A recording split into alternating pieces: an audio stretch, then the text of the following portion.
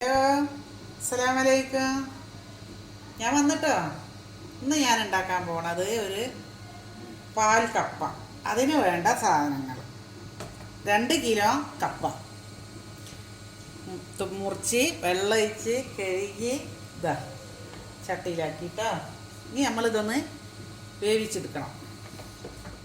പൂള വെന്ത്. ഇനി ഇതിലേക്ക് നമ്മൾ ഒരു 1.5 തേങ്ങൻ്റെ പാലൊഴിക്കണം. ഇനി ഇതൊന്നും കൂടി ഇത്തിരി നേരം വേവിക്കണം.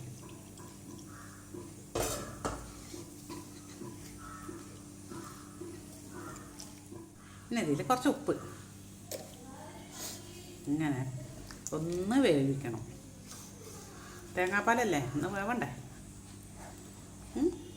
പാൽ കപ്പ റെഡി ആയിട്ടുണ്ട്. ഇത് വറവിടാൻ കുറച്ച് വെളിച്ചെണ്ണ, ഒരു വലിയ ഉള്ളി, 2 പച്ചമുളക്, 2 വറ്റൽമുളക്, കുറച്ച് കരിവേപ്പിൻ്റെ ഇല.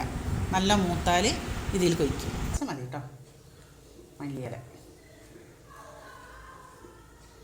ഇപ്പം എങ്ങനെയുണ്ട്? റെഡിയല്ലേ? പാൽ കപ്പ ബീഫ് വരട്ടിയത് റെഡി. ഇനി എല്ലാവരും ഉണ്ടാക്കണം. ഇനി നമുക്ക് നാളെ കാണാം.